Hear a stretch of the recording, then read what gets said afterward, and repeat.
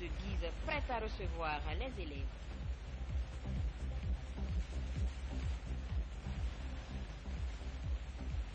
Le phénomène de taxi-moto s'intensifie en Guinée. Dans la capitale, l'activité est très aimée par les jeunes qui sont souvent exposés.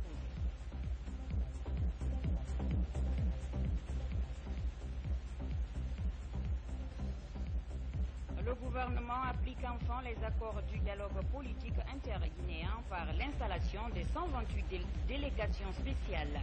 À Conakry, c'est le gouverneur qui a présidé à la cérémonie d'installation des 5 délégations spéciales.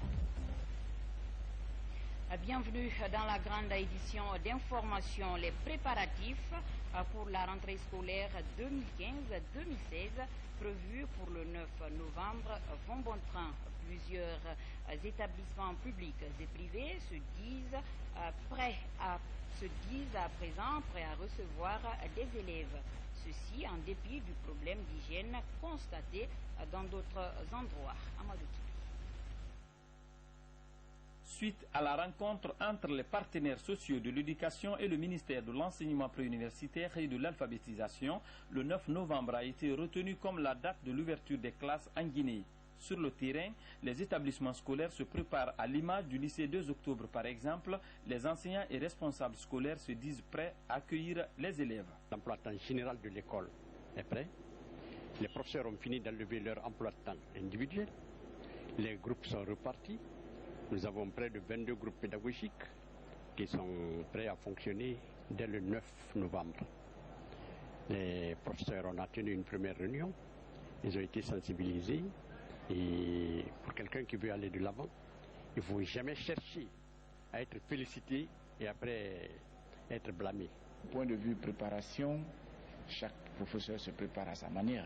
L'enseignement, c'est un processus. Il faut toujours apprendre. Il ne faudrait pas dire que ce que j'ai enseigné cette année, l'année passée aux enfants, cette année encore, c'est ce que je vais enseigner. Tout comme les établissements publics, les écoles privées comme Jacqueline Bangoura affichent leur sérénité face à la date fixée par les autorités du pré-universitaire. Sur le plan pédagogique, tous les documents sont préparés. Voilà des exemples. Et là, ça c'est le cahier central de notes. Aussi le cahier des classes. Et non seulement vous avez des élèves et annuel du programme par année. Tout est prêt. Si sur le plan pédagogique, les conditions d'une meilleure rentrée scolaire sont plus ou moins acceptables, le déficit d'hygiène reste l'essentiel des préoccupations des écoles de la capitale. Ce, à moins de 3 semaines de l'ouverture des classes. En appui à l'État pour l'entretien des établissements publics, le projet d'assistance publique et d'hygiène fait ses preuves sur le terrain. L'exemple en est que la clinique Bel Air et la direction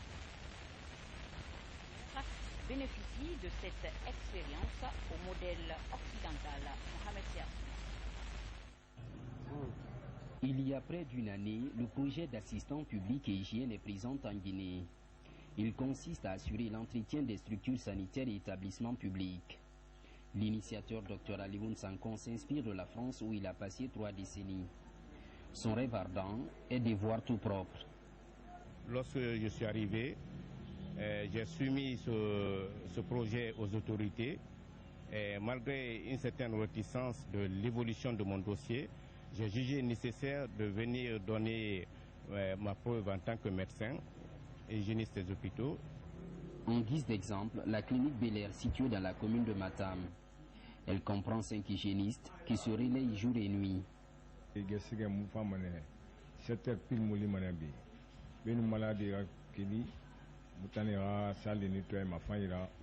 est là tous les matins à 7 heures pour nettoyer les salles avant le réveil des malades, y compris les poubelles, puis on arrange les lits. Nous devons tout ce changement à Dr Sanko. Penser à l'avenir, nous avons eu Ebola. Un tel projet évolue non seulement au niveau de notre clinique, mais des autres cliniques et au niveau national, on aura résolu un grand problème. Autre réalité du projet d'assistant public et hygiène, c'est l'entretien de la direction centrale de la police judiciaire à travers l'élimination de tous les points noirs. Depuis l'installation de notre comité, le suivi ne fait pas défaut. Alors moi je me dis que l'installation des comités de salubrité dans les services publics est quelque chose d'utile et même d'indispensable. Candidat au poste d'assistant public et hygiène, il nourrit également des ambitions dans le cadre de l'embellissement public. Déjà, le projet prend corps. L'objectif est de le rendre plus pertinent en passant par l'institutionnalisation de la lutte contre l'insalubrité en Guinée. Justice, la première session du comité de pilotage du programme d'appui à la réforme de la justice s'est tenue ce mercredi à Conakry. Les acteurs de la réforme et de la justice ont fait le bilan des 8 mois d'activité du programme. L'espace a permis aussi d'échanger sur la mise en œuvre des priorités et faire des propositions de modification et de la convention de financement qui lie l'Union européenne à la Guinée. Le programme d'appui à la réforme de la justice a pour objectif de faire du secteur un service public indépendant. L'organe a été mis sur pied le 11 février dernier. Cette session du comité de pilotage fait le bilan des activités de l'organe à mi-parcours. Le cadre d'échange va aussi permettre de lancer officiellement certaines priorités telles que le renforcement des capacités des ressources humaines, mais aussi la construction des infrastructures judiciaires et pénitentiaires.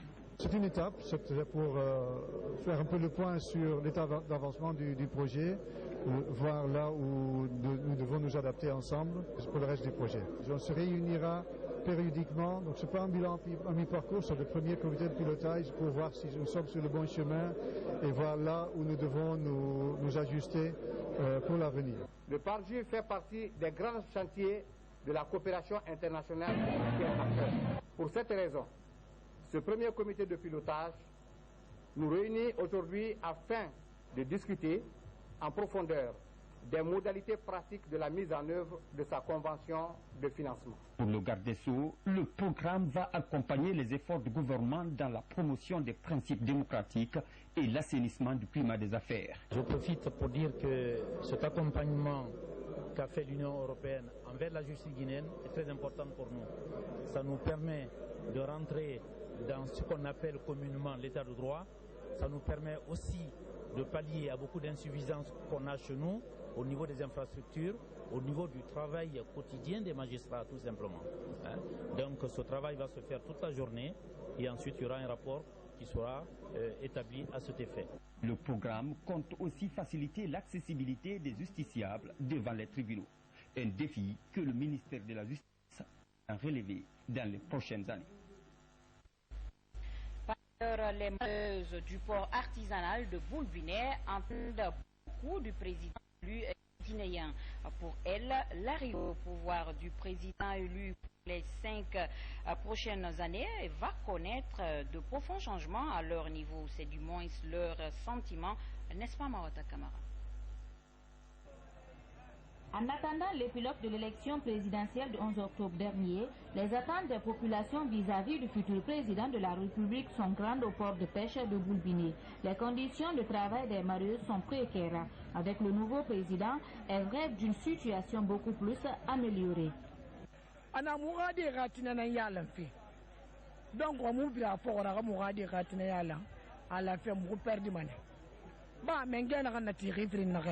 Sariya nana masengi awon birin gabira mengena fona akata muga machine so akata muga moteur so to moteur fori nana meki faga mabama na labo de dulera banebe kunke shiga mai dulabe ne geme yirebe sile man na gamfa asile na gaita gumbe na sile mu garantin feu akata mu manga sile so. Le mariage est une activité orientée vers l'écoulement des produits de mer. En Guinée, l'exercice revient majoritairement aux femmes. Elles sont la plupart mères de famille qui cherchent à subvenir aux besoins familiaux. Je vous disais dans les titres la pratique des taxis-motos, un phénomène qui prend de l'ampleur à Conakry. Cette activité, très prisée par les jeunes, se disent être confrontés parfois à des difficultés. Souleymane Kamara. Taxi moto est métier à risque à Conakry. Depuis près de 3 ans, le phénomène en vogue dans la capitale attire de plus en plus de jeunes, parmi lesquels les diplômés d'université, une activité à risque selon certains conducteurs. Parfois, on se discute avec les passagers, on se croise avec des bandits, ils nous agressent, et parfois même on risque de perdre notre vie. La plupart des jeunes conducteurs de taxi moto disent courir d'énormes risques. L'insécurité dans le pays menace l'avenir de ce métier. L'inquiétude grandit chez les jeunes conducteurs. Les conditions de travail sont de plus en plus difficiles. Ce que j'ai à dire à l'autorité, de nous soutenir et de nous aider à sécuriser le pays ou bien la ville, quoi. En même temps aussi, les policiers ils nous embêtent parfois. Même si tu as des papiers normaux, ils te cherchent toujours des choses pour retirer l'argent envers. Malgré les risques liés à l'activité de taxi moto, certains disent pouvoir subvenir à leurs besoins. Le métier reste cependant un tremplin pour la plupart des pratiquants. Le gouverneur de la ville de Conakry a procédé à l'installation des 5 délégations spéciales de Kaloum. Cela conformément au dialogue politique interguinéen du 20 août dernier, relatif à la mise en place de 128 délégations spéciales sur toute l'étendue du territoire. Alseni Guissé. Les personnes ci-dessous désignées sont nommées dans les fonctions de président, vice-président et membres de la délégation spéciale. Monsieur Mamadou Samba Diallo, UFDG, président. Chose promise, chose due. Les 5 communes de la capitale ont désormais leur nouvelle délégation spéciale. Ce remaniement est une des conventions issues des accords de dialogue politique interguinéen du 20 août dernier. C'est le gouverneur de la ville de Conakry qui a procédé ce mardi à leur installation. À ce moment de haute démocratie politique dans notre pays, la démocratie, c'est la contradiction. La démocratie, c'est l'alternance. Donc hier, c'était M. Batouga. Aujourd'hui, c'est M. Taran. A signalé que Suleiman Taran Diallo de l'UFDG est le nouveau patron de la commune de Ratouma et Mamad Samba Diallo du même parti à la commune de Dixine. Les 3 autres communes maintiennent leur délégation spéciale avec un léger remaniement. Cet accord a permis à M. le ministre de l'administration du territoire, comme la loi lui confère, de mettre en place 128 nouvelles délégations spéciales affirmées. Après cette installation, le gouverneur de la ville de Conakry a appelé les uns et les autres à œuvrer pour la promotion de la paix et de l'unité nationale. Enfin, les Guinéens à l'attente des résultats définitifs de la présidentielle d'octobre 2015. Dans cet esprit, la paix et la quiétude sociale restent le dénominateur commun pour la plupart des cas. Les citoyens lèvent le ton dans la sensibilisation pour le maintien de l'unité nationale. Alseni Listo Camara, reportage. La consolidation de l'unité nationale est devenue en cette période post-électorale une priorité pour les Guinéens. En attendant la proclamation des résultats définitifs de l'élection présidentielle du 11 octobre, les citoyens continuent la sensibilisation pour une paix durable. C'est de faire en sorte que nous continuions, comme on l'a toujours fait, à préserver la paix et la quiétude dans notre pays. On ne pourra rien construire si on ne se tient pas la main. On ne pourra rien construire dans le désordre.